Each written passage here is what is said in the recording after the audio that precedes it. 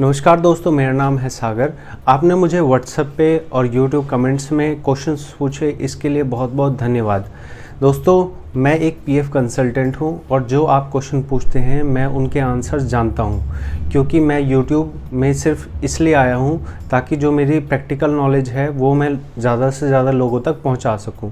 तो आपने मुझे कमेंट किया है और अब आप उसका रिप्लाई चाहते हैं, तो इस वीडियो के माध्यम से मैं उन कॉमन क्वेश्चंस को यहाँ लेने वाला हूँ जो मुझे अक्सर लोग पूछते हैं। YouTube पे मिल रहे सपोर्ट के लिए आप सभी का बहुत बहुत धन्यवाद। नमस्ते दोस्तों, अगर आप पहली बार मेरे चैनल पे आए हैं तो मेरा नाम है सागर। मैं हूँ एक लेबर लॉ कंसल्टेंट और मैं अपने काम के अनुभव से देता हूँ आपके पीएफ ईएसआई से जुड़े सवालों का जवाब। दोस्तों, इस चैनल का उद्देश्य है नौकरी पेशा लोगों तक सही जानकारी पहुँचाना, वो भी लाइव डेमो के तहत। और इसके लिए अगर आप पहली बार चैनल पे आए हैं तो मेरे चैनल को सब्सक्राइब करें। आप कमेंट में मुझसे अपना सवाल पूछ सकते हैं या आप सीधे तौर पे मेरे से व्हाट्सएप में भी अपना सवाल पूछ सकते हैं। आप इस चैनल को अभी तुरंत सब्सक्राइब कर लें ताकि ये चैनल ज़्यादा से ज़्यादा लोगों तक पहुंच सके और अधिक से अधिक लोग मेरे इस प्रैक्टिकल नॉलेज का फ़ायदा उठा सके। तो चलिए दोस्तों, आज के टॉपिक को शुरू करते हैं।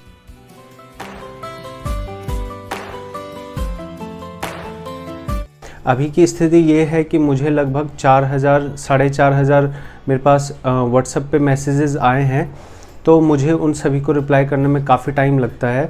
लगभग 4 से 5 घंटे रोज़ मैं कमेंट्स का रिप्लाई करता हूँ। उसके बाद भी जो है हर किसी तक आंसर टाइम से पहुँच नहीं पाता। इसलिए मैंने ये एक वीडियो के माध्यम से आप तक एक सॉल्यूशन देने की कोशिश की है, जिसमें मैंने आज आपके जो कॉमन क्वेश्चंस होते हैं उनको लिख लिया है। तो आप इस वीडियो को देखें और इस वीडियो को देखने के बाद भी अगर आपका कोई क्वेश्चन रह जाता है तो आप वो मुझसे पूछ सकते हैं। तो मैं एक एक करके सवाल लेता हूँ आपके। पहला क्वेश्चन होता है कि क्या आप पीएफ ऑफिस ओपन हो चुका है? तो दोस्तों, पीएफ ऑफिस जो है सेंट्रल गवर्नमेंट का ऑफिस है और इसके अंदर इन्होंने कुछ छूट दे रखी है, लेकिन अभी पीएफ ऑफिस में सिर्फ वही स्टाफ आ रहा है जिसको उन्होंने स्पेशली अलाउ किया हो, ईपीएफओ ने स्पेशली अलाउ किया हो, सिर्फ वही स्टाफ अभी पीएफ ऑफिस आ रहा है। तो ये ऑफिस की बात है, ऐसा कोई सेंट्रल रूल नहीं है। और पीएफ ऑफिस ओपन या क्लोज होने का ये मतलब है कि आप एज ए पीएफ मेंबर तो वहाँ जा नहीं सकते, वो तो डेफिनेटली बंद है। उनके इंटरनल स्टाफ आ सकते हैं, परमानेंट स्टाफ आ सकते हैं, ये बात है। सेकंड पॉइंट ये है, जो लोगों का सबसे बड़ा कंसर्न है कि हमने फॉर्म नंबर 19 और 10C भरा था, जो अभी भी अंडर प्रोसेस आ रहा है। अंडर प्रोसेस आने में चाहे वो पेंडिंग एट डीए हो या पेंडिंग एट एओ हो, ये अंडर प्रोसेस ही कहा जाता है। अब इसमें कितना टाइम लगेगा इसका अभी कोई भी फिक्स सॉल्यूशन नहीं है। क्यों नहीं है? क्योंकि पीएफ ऑफिस के अंदर में अभी जितने स्टाफ आ रहे हैं वो अपने कैपेसिटी के अंदर काम कर रहे हैं। मैं आपको एक सिस्टम बता देता हूँ, जो भी अंडर प्रोसेस है उसके लिए आज मैं पूरा एक सिस्टम बताता हूँ। होता क्या है, जब आप क्लेम फॉर्म फाइल करते हैं, क्लेम फॉर्म अकाउंट ऑफिस जाता है, पीएफ ऑफिस जाएगा। पीएफ ऑफिस में जो पर्सन सिस्टम पे जिसके सिस्टम पे ये फॉर्म आता है, उसके पास हर रोज़ लगभग 100, 150, 200 फॉर्म आते हैं। लेकिन एक पर्सन जो है लगभग ऑन एन एवरेज 50 से 70 फॉर्म्स कर पाता है। तो ऐसे में क्या होता है, हर रोज़ वो 50 से 70 करता है और उसके पास पुराना बैकलॉग आता रहता है। इस वजह से कुछ फॉर्म्स जो हैं इस तरह से पेंडिंग हो जाते हैं। यहाँ कुछ पीएफ ऑफिस जैसे दिल्ली के अंदर सिस्टम है कि लगभग यहाँ जितना वर्कलोड है उसके हिसाब से ये 5 से 10 दिन के अंदर में नॉर्मल टाइम पे कर दिया करते थे। लेकिन अभी जब लॉकडाउन हो गया है तो यही टाइम बढ़ के 15 दिन से 30 दिन हो गया है। और ऐसे पीएफ ऑफिस जहाँ नॉर्मली ही सामान्य तौर पे ही जो है 30 से 40 दिन लगते थे, वहाँ तो अब ये समय बढ़ के जो है 2 महीना 2.5 महीना तक जा सकता है। तो अगर आपने फॉर्म 19 और 10C भरा है और वो अभी भी पेंडिंग है, तो आपके लिए एक सॉल्यूशन ये दे सकता हूँ कि आप जाके सबसे पहले कोविड-19 का फॉर्म 31 भर दें। उसमें आपका जो है जल्दी पैसे आ जाएंगे पीएफ के, और फिर बाकी जो पैसे बचे होंगे वो आपके फॉर्म 19 और 10C में आ जाएंगे। तो ये सॉल्यूशन हो गया फर्स्ट पॉइंट का। सेकंड पॉइंट ये रहता है कि हमने कोविड-19 का ही फॉर्म भरा है और वो अभी 4 दिन हो गए, 10 दिन हो गए, अभी तक नहीं आया है। तो आंसर ये है कि 10 अप्रैल से पहले जो फॉर्म्स भरे गए हैं कोविड-19 के, वो एक सामान्य प्रक्रिया के अंदर ही पीएफ ऑफिस प्रोसेस कर रहा है। जैसे मैंने पहले आपको बताया कि प्रोसेस क्या हो गया, आप पीएफ ऑफिसर के सिस्टम पे गया, वो फिर प्रिंट आउट निकालता है, उसे चेक करता है, फिर जब वहाँ से पास हो जाता है फिर अगले ऑफिसर के पास जाता है, वहाँ से पास होकर कैश सेक्शन में जाता है, कैश सेक्शन फिर एनईएफटी करता है। तो ये लंबा प्रोसीजर जो है, इस वजह से अगर आपने कोविड-19 का भी फॉर्म भरा है और 7 दिन हो गए, 8 दिन हो गए, 10 दिन हो गए, तो भी आपका इसमें टाइम लग सकता है। अब उन फॉर्म्स का क्या जो कोविड-19 के फॉर्म भरे गए थे और 72 आवर्स का जो टाइम पीरियड था, अब तो 72 आवर्स में भी नहीं आ रहे, तो उसका क्या रीज़न है? तो रीज़न ये है कि जो गवर्नमेंट मान लो कि कोई स्कीम अनाउंस करती है तो उसको इम्प्लीकेशन ऑल ओवर इंडिया के अकॉर्डिंग नहीं हो सकता है। उनमें ये हुआ कि जैसे मेरे दिल्ली के अंदर मैंने 4-5 फॉर्म भरे, नोएडा के अंदर 5-7 फॉर्म भरे, तो नोएडा ऑफिस के अंदर में 2 दिन के अंदर फॉर्म सेटल हो गया। इसी तरह से दिल्ली ऑफिस के अंदर में कुछ फॉर्म मैंने भरे हैं तो उसमें 6 से 7 दिन लगे हैं। तो ये जो 72 आवर्स का टाइम है, ये कोई ऐसा फिक्स टाइम नहीं है कि 72 आवर्स के अंदर हो ही जाना है, तो ये ज़्यादा टाइम भी लग सकता है। आप बस इतना करें कि अपनी बैंक डिटेल बिल्कुल सही रखें, क्योंकि बैंक डिटेल सही होंगी तो देर होगी लेकिन पैसे आपके ज़रूर आ जाएंगे। अब बैंक डिटेल सही होने में ये है कि अगर आपने पहले इसी बैंक अकाउंट में पीएफ निकाला है फिर तो आपकी बैंक डिटेल सही है, लेकिन अगर आप फर्स्ट टाइम निकाल रहे हैं तो आप अपना नाम की स्पेलिंग चेक कर लें, अकाउंट नंबर चेक कर लें, IFSC कोड चेक कर लें। अगला क्वेश्चन ये रहता है, मैं आपको क्वेश्चन एक बार देख के बताता हूँ। क्या हम कोविड-19 का फॉर्म दोबारा भर सकते हैं? हमारा एक बार पैसे आ गया लेकिन हमारे अभी पैसे बचे हुए हैं, तो क्या हम दोबारा भर सकते हैं? तो कोविड-19 का फॉर्म आप दोबारा नहीं भर सकते। अगर आपको पैसे दिख रहे हैं और दोबारा भरना है तो आप नॉर्मल प्रोसीजर में जाके इलनेस का फॉर्म भर सकते हैं। अब नॉर्मल प्रोसीजर मतलब उसमें कितना टाइम लगेगा वो कोई फिक्स नहीं है। अगला क्वेश्चन ये रह रहा है कि अब जब कोविड-19 के फॉर्म सेटल होने लगे हैं तो बहुत सारे मेरे पास कमेंट्स आ रहे हैं कि हमने कोविड-19 का फॉर्म भरा और हमारे पैसे कम आए। तो दोस्तों, कम पैसे आने का ये रीज़न है कि जब पीएफ ऑफिस के अंदर आप फॉर्म भरते हैं तो कंप्यूटर सिस्टम डिसाइड करता है कि आपको कितना एडवांस दिया जाए।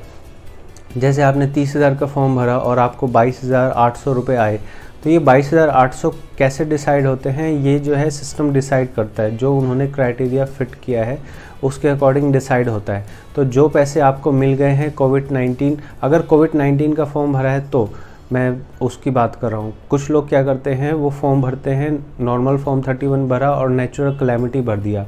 तो ये जो नेचुरल कैलेमिटी रीज़न है, इसमें आपको ज़्यादा से ज़्यादा 5,000 रुपये दिए जा सकते हैं। तो अगर आपने नेचुरल कैलेमिटी भरा है तो वो फॉर्म गलत है, आपको दोबारा एक नया फॉर्म भरना है कोविड-19 का। लेकिन अगर आपने कोविड-19 का ही फॉर्म भरा था और पैसे आपके हिसाब से कम आए हैं, तो अब आपके पास क्या सोल्यूशन है? आपके पास सोल्यूशन है, आप फॉर्म नंबर 31 भर दीजिए और उसमें इलनेस रीज़न डालिए। अब इलनेस रीज़न के अंदर हम अपना एम्प्लॉय शेयर निकाल सकते हैं, तो आप एम्प्लॉय शेयर भर दीजिए। उसमें जितना भी अब आपको अमाउंट दिख रहा हो, 30,000, 40,000, 50,000, वो आप भर दीजिए। ज़्यादा अमाउंट भरने में कोई दिक्कत नहीं है, ये हम एक क्लेम कर रहे हैं। अब क्लेम के अकॉर्डिंग जितना वो हमें दे सकते होंगे वो हमें दे देंगे, ठीक है। इसमें लेकिन ज़्यादा टाइम लगेगा, ये चीज़ मैं क्लियर कर दूँ। कुछ लोगों की कोविड-19 के फॉर्म रिजेक्ट होने लगे हैं, और तो रिजेक्ट जिनके फॉर्म हो रहे हैं उनको ये चेक करना है, पीएफ पासबुक की साइट पे जाना है और वहाँ जाके चेक करना है कि रिजेक्ट होने का क्या रीज़न है। अगर रीज़न में ये लिखा हो पासबुक के बारे में या चेकबुक के बारे में, तो आप पासबुक या चेकबुक दोबारा लगा दीजिए। चेकबुक हो तो उस पर नाम होना ज़रूरी है। कोविड-19 से जुड़े फॉर्म्स के आंसर हो गए। अगला क्वेश्चन जो होता है वो ये होता है, KYC से रिलेटेड है, जिसके अंदर बोलते हैं कि हमारी KYC पेंडिंग है, महीना हो गया, 2 महीना हो गया, कंपनी वाले नहीं कर रहे। तो दोस्तों, अभी इस टाइम पे इसका कोई भी सोल्यूशन नहीं है। KYC करने के लिए सिर्फ और सिर्फ कंपनी KYC कर सकती है, ना तो मैं कुछ कर सकता हूँ, ना पीएफ ऑफिस कुछ कर सकता है।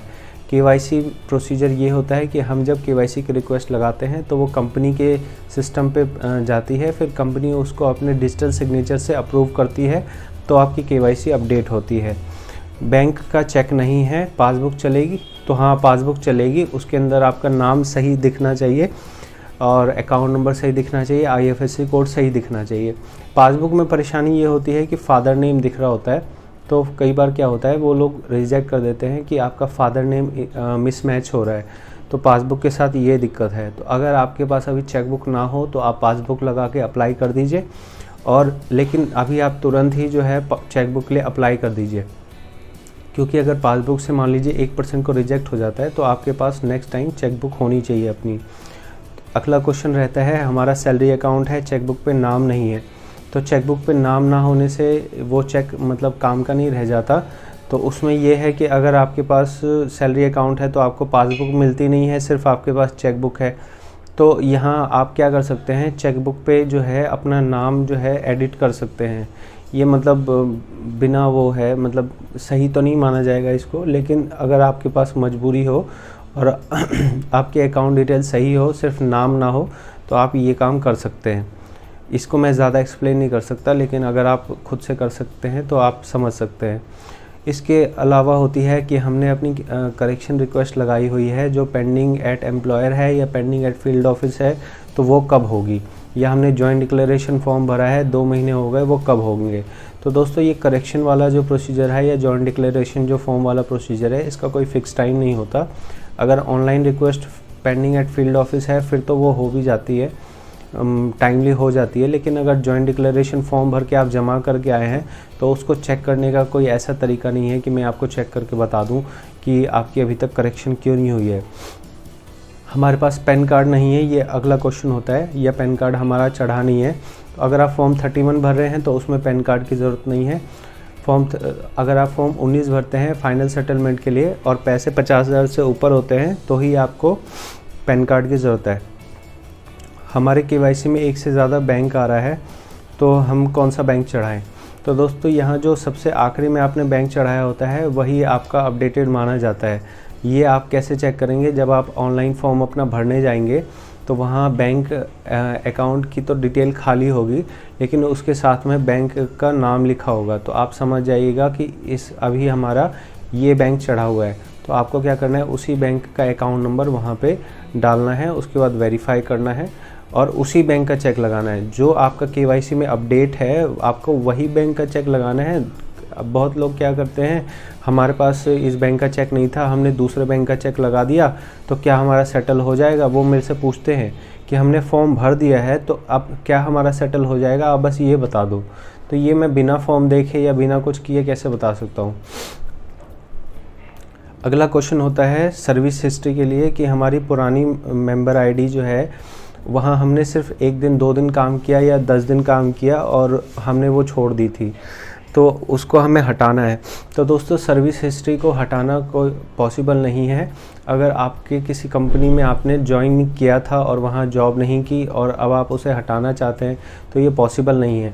सॉल्यूशन क्या है, सॉल्यूशन ये है कि जब आप आगे किसी नई कंपनी को ज्वाइन करेंगे तब आपके जो पुरानी कंपनी जिसमें पैसा है वो पैसा तब जाके एक नई कंपनी में ट्रांसफ़र होगा।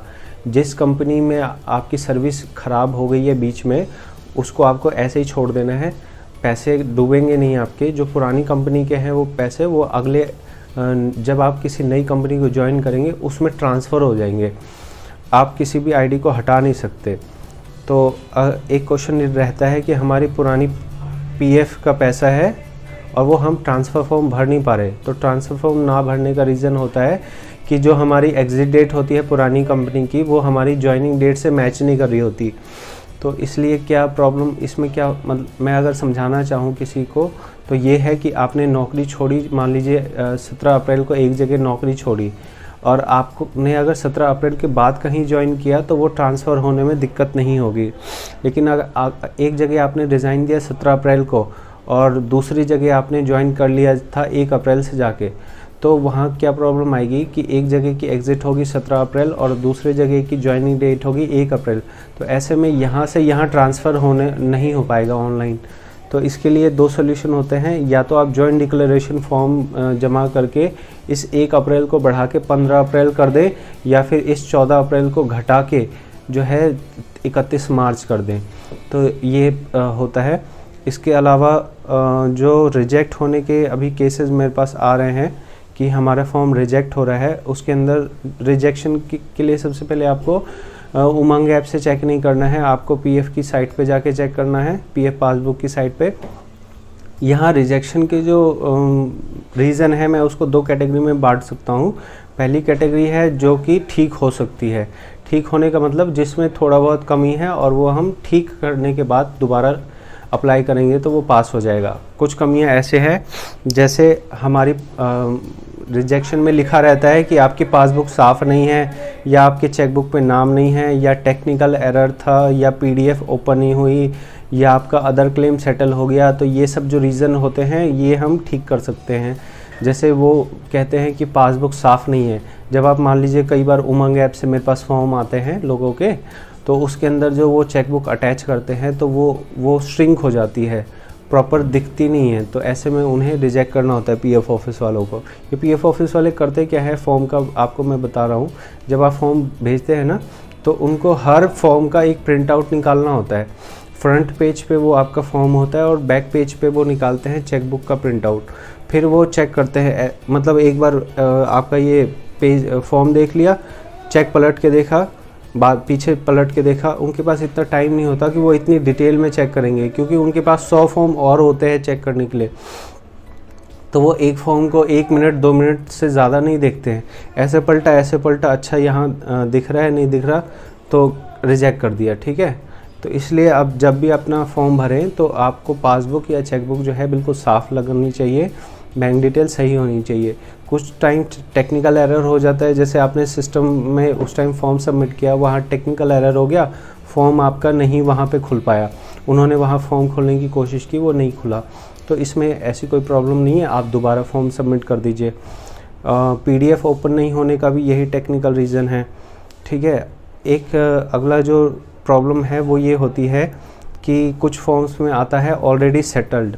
तो ये जो ऑलरेडी सेटल्ड है, having multiple accounts, overlapping services, pension contribution mismatch, no contribution receive in few months, ये सब इस तरह के जो रीजंस होते हैं, ये ऐसे रीजंस हैं जिसके लिए आपको पीएफ ऑफिस जाना पड़ेगा और वहाँ जाके आपको इससे रिलेटेड जो है डॉक्यूमेंट जमा करने पड़ते हैं। अलग अलग रीजंस है, तो इस वीडियो में तो मैं सबको एक्सप्लेन नहीं कर पाऊँगा। एक जो बड़ी प्रॉब्लम आ रही है वो ये है कि कुछ लोगों का फॉर्म सेटल बट रिटर्न हो रहा है, रिजेक्शन नहीं है, सेटल बट रिटर्न हो रहा है। तो वो ऐसे केसेस हैं जो पर्टिकुलरली बिहार पटना के केसेस हैं, जो उनमें ये लिख के आ रहा है कि आपका सेटल हो गया है लेकिन रिटर्न हो गया है। तो ऐसे में क्या है, उनकी पीएफ पासबुक से तो पैसे कट गए हैं लेकिन अभी उनके बैंक अकाउंट में नहीं आए और वहाँ लिखा आ रहा है सेटल बट रिटर्न। तो ये जो टेक्निकल दिक्कत हुई है ये पीएफ ऑफिस की तरफ से ही हुई है। अब उसको ठीक करने का काम भी पीएफ ऑफिस का ही है। तो उनको क्या करेंगे, वो आपकी जो क्लेम सेटल बट रिटर्न वाले पैसे हैं वो वापस आपकी पीएफ पासबुक में डाल देंगे। जब आपकी पीएफ पासबुक में पैसे आ जाएंगे तो आपको दोबारा फॉर्म भरना है। अब आप कोविड-19 का फॉर्म नहीं भर सकते हैं, आपको फॉर्म नंबर 31 भरना होगा इलनेस के लिए। तो एक क्वेश्चन जो ये रहता है कि सर हमारा ना क्लेम अंडर प्रोसेस है तो आप कुछ पैसे लेके मेरा करवा दो। तो मैंने आपको अभी सिस्टम बताया कि ये क्या हो रहा है कि 125 या 127 पीएफ ऑफिस है। तो कोई भी आपका ऐसे कहे कि आप मुझे पैसे दे दो मैं आपका क्लेम पास करवा दूंगा, तो आपको बिल्कुल भी पैसे नहीं देने हैं। ऑनलाइन सिस्टम के अंदर में कौन सा फॉर्म किस ऑफिसर के पास जा रहा है किसी को नहीं पता। आप जब कोई फॉर्म सबमिट करते हैं तो वो किस पीएफ ऑफिस जाएगा, कि उस पीएफ ऑफिस के अंदर 50-100 स्टाफ होते हैं, उन 50-100 स्टाफ में किस ऑफिसर के पास जाएगा ये किसी को भी नहीं पता है। और ऐसा कोई सिस्टम नहीं है जिसमें हम पैसे देके अपना क्लेम फॉर्म जल्दी प्रोसेस करा दें। ये चीज़ होती है, मैं पीएफ का काम कराता हूँ तो ये चीज़ होती है कि जब पीएफ ऑफिस खुले होते हैं तो अगर हमारे पास कोई बहुत ज़रूरी केस आता है या बहुत मान लो हाई वैल्यू का केस आता है तो उसमें हम पीएफ ऑफिसर से जाके मिलते हैं और उससे जाके वहाँ कह सकते हैं कि आप इसको जल्दी कर दीजिए या जो करना है कर दीजिए। लेकिन ऐसा इस टाइम पे पॉसिबल नहीं है क्योंकि लॉकडाउन चल रहा है, और ना ही आप कंप्लेन लगा सकते हैं क्योंकि कंप्लेन लगाने का सिस्टम तब होता है जब प्रोसीजर नॉर्मल चल रहा हो। अभी ऐसा कोई प्रोसीजर नॉर्मल नहीं चल रहा, तो अभी आप फ़िलहाल जो है कोई क्लेम नहीं लगा सकते हैं। अगर आपका अंडर प्रोसेस है तो वो टाइम के साथ ही होगा कंप्लीट। तो दोस्तों ये वीडियो थी जिसके अंदर मैंने आपको कुछ आपके जो कॉमन क्वेश्चंस हैं उसका जवाब देने की कोशिश की है। आपके पास इसके अलावा अगर कोई क्वेश्चन होता है तो आप मुझसे ज़रूर पूछ सकते हैं। कुछ ऐसे प्रॉब्लम्स होती हैं जिनको मैं बिना पीएफ अकाउंट चेक किए नहीं बता सकता, और मेरे पास इतना अभी टाइम नहीं है कि मैं आपके अकाउंट को चेक करके उसके बाद बताऊं। तो उसके लिए अभी आप क्या कर सकते हैं, उसके लिए मैं इतना बता दूंगा, जो मान लो मेरे को ये पता रहता है कि जो प्रॉब्लम ऐसी हैं जो बहुत क्रिटिकल है, जैसे किसी ने फॉर्म भरा और उसकी बैंक डिटेल गलत हो गई, तो अगर मुझे आपकी प्रॉब्लम ऐसी दिखती है जिसमें इमीडिएट सॉल्यूशन बताने की ज़रूरत है, तब मैं आपको बोलता हूँ कि आप मुझे डिटेल दीजिए, मैं चेक करके फिर बताऊँगा। इसके अलावा अगर आपकी कोई डाउट है तो आप वेट कर सकते हैं, अपने कंपनी के एचआर से पूछ सकते हैं, या जब पीएफ ऑफिस खोलेगा तो आप वहाँ जाके ही चेक करेंगे, फिर आपको सोल्यूशन मिल जाएगा। किसी को भी ऐसा मतलब फ़ोन पे, तो जैसे मेरे कमेंट्स के अंदर बहुत बार वो नंबर लिखे आते हैं कि अगर आपको क्लेम पास करवाना है तो आप जो है इस नंबर पे संपर्क करें, तो ऐसा आपको बिल्कुल नहीं करना है। किसी को भी इस तरह से फ़ोन के थ्रू इस तरह से नहीं देनी है डिटेल, या पैसे नहीं देने हैं काम करवाने के लिए। तो आशा करता हूँ ये वीडियो आपके काम की होगी, और इसी तरह से अपना सपोर्ट बनाए रखें। आपके जो कमेंट्स आते हैं उसके अकॉर्डिंग मैं प्रॉब्लम को समझता हूँ और तब वीडियोस बनाता हूँ। मुझे तो पीएफ का सब चीज़ें पता है, लेकिन जैसे आपकी ज़रूरत होती है मैं उस हिसाब से वीडियो बनाता जाता हूँ। तो दोस्तों बहुत बहुत धन्यवाद, इसी तरह अपना सपोर्ट बनाए रखें। बहुत बहुत धन्यवाद।